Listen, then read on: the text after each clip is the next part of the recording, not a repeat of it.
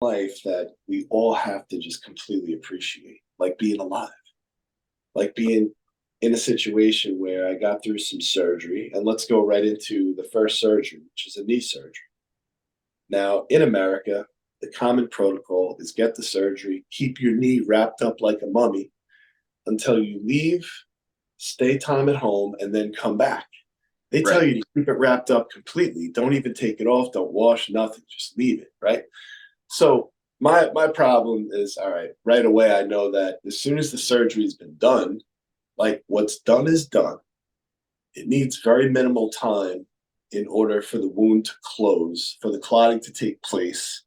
And then at that point, the bandage is clean. You would change the bandage, I'd say within an hour. And that's what I did. I unwrapped it, I looked at it, I took out iodine and gauze, I cleaned it again. And then what I did is exactly what I witnessed pro trainers and doctors do on the fields overseas is moving the leg right away. Hmm. I moved my leg manually. First, with my left hand underneath my right heel and my right hand underneath my hamstring, and my leg was pulled up to my chest. And as I moved, the fluid was going down to my foot and up to my hip, and you could actually hear it sloshing like a pipe. Right? No pain at all. It was actually just like a cold flush sensation. I did this probably every hour on the hour with no ice. I kept it warm because ice is a vasoconstrictor. It takes blood away. Yep. So for me, I already had the understanding if they're going in to do surgery, that's a trauma. So if we don't have major swelling, I need it to be warm so that the circulation can get through there and that I can heal as quick as possible. So that basic understanding allowed me to make progress quick. And then what I did is a lot of horizontal work. And this is the major step that most people miss. When we stand, you know, gravity and vertical compression is taking place. Mhm. And when people do exercises, a lot of times they're doing it under the force of gravity, where vertical compression is a reality. And what we're really doing is sagittal work, which is forward work with those forces. And it's a conundrum, Mhm. especially when you're dealing with a limb that's compromised. So there's a couple ways you can do it. The first way is by using like a heavy industrial kind of elastic band. Back in the day, Jump Stretch used to make them. Now it's, I believe, Iron Core Fitness makes them. They go anywhere from like 15 to 20 pounds up to like 120 pounds. But what you do is you set it up so that it works exactly in a flow for you and there's minimal movement. Again, the band doing the work. So to give you an idea, if you had a pull up bar or any kind of bar that was about head height, you could throw the band over, make a loop so that you had it coming down, and then you would put one foot underneath that band, and you Mhm. could work your stride mechanic coming up and going down. Again, it's like ingenious work. Why? Because we need minimal movement. So the band work was one.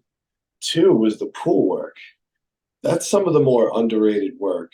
And what I mean by pool work is going in to a 4 foot pool, and I'm 6'4", a little more. Got my arms on the sides of the pool.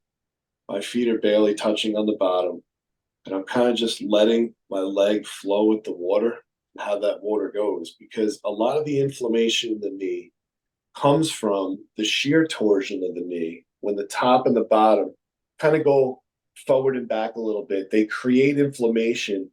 And then these two little bones, the tibia and the fibula, will sometimes twist. When that happens, you have a colossal nightmare in the knee.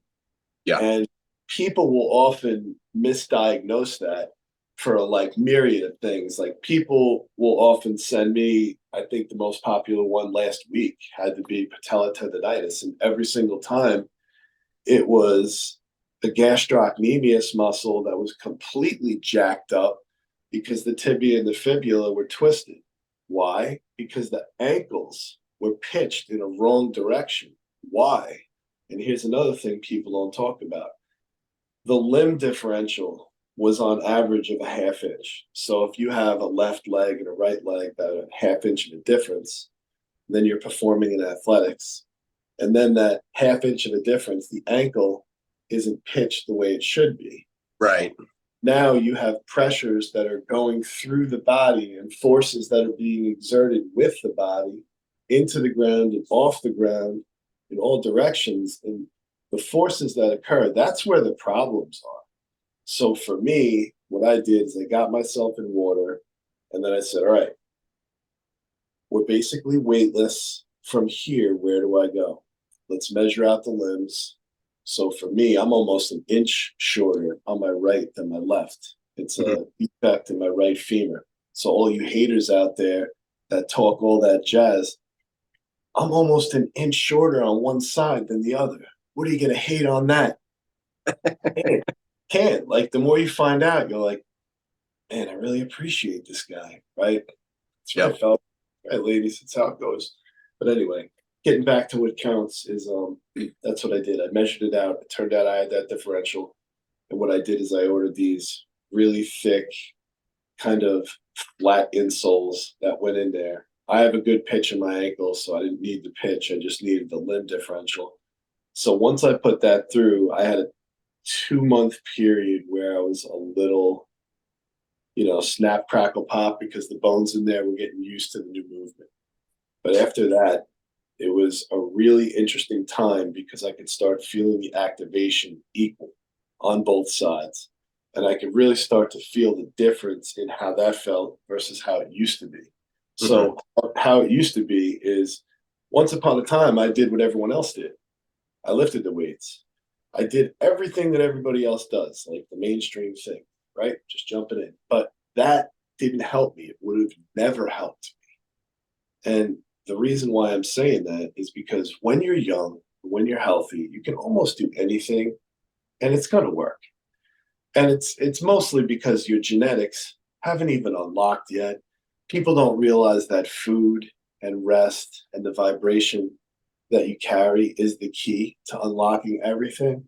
It's not like the mindless activities. So once you get into that zone of purpose, why am I doing this? I'm doing this for my health. Okay, how do I get healthy quickest? Get in water. What do I do then? Move. What do I do after that? Rest. No shenanigans. No late nights. No smoky rooms with cards, alcohol, silly nonsense. Like, no. Get to sleep early. Wake up early. Get a majority of your things done in your day before the sun comes up. Then live out purpose. Help who you can, doing what you must. It's like Christ said, give to Caesar what is Caesar's, right? We all have to pay taxes. So we do our jobs for that. But then it's getting back to our other job, which is inspiring other people. So what I'm hoping to do here, pardon me, is to let people know that if you get an arthroscopic knee surgery, you can definitely unwrap that bandage and you can safely move your knee. It is not going to tear if it has been done properly. It will tear if it has not been done properly. And that's usually, in my opinion, the reason why people are fearful. It's because they don't understand it can be done. I watched it being done. I did it for myself. As you see, I get my head to the rim at almost 47, 230 pounds. So, if I'm like one of these 18-year-old kids who's 190 pounds, and my teammates will attest to it, I was a chin at the rim guy then. Yeah. But when you're older and after you've been through a lot of stuff, to still get there, in my opinion, it may be more impressive. And it's just because of the journey, right? So the water is the key. And I think with the frequency, we can go into that. When you work in water and you work light and you know what you're doing, and you activate your body and you keep the vibration high, the negativity away, you can heal exponentially quicker. Right. I've made progress beyond my own understanding of progress, and I'm still making progress, and I'm blown away by it. And sometime in January, I finally just accepted it all and absolutely understood what it was for. I'm like, oh, I get it. It's going to keep coming. It's going to keep growing. It's going to keep coming until my job is done. My job is simply just to follow the course. keep teaching, like conversations we're having now. People realizing that, well, I don't have water. What can I do? Well, you have some element of water. People have bathtubs. You can fill that bathtub up with water. There's things you can do there. A million things you can do. It's just about being creative. You know, Yeah. how important do you think creativity is to this process? I was just going to say, Dave, I think that the standard of care is such a boilerplate thing, right? So a lot of times they don't take into account that I did a knee surgery on this 80-year-old woman and this athlete. They shouldn't be treated the same, right? Or I've done a knee surgery on somebody who's extremely sedentary, is not used to moving, and this runner who is used to moving all the time. Maybe they need to move a little bit quicker. Maybe they need to start moving right now because they're used to the movement. I just think, and I'm no expert. I'm not going to claim I'm an expert, right? But I feel like everything is boilerplate. Who Medical, is? exactly. Who is? Yeah.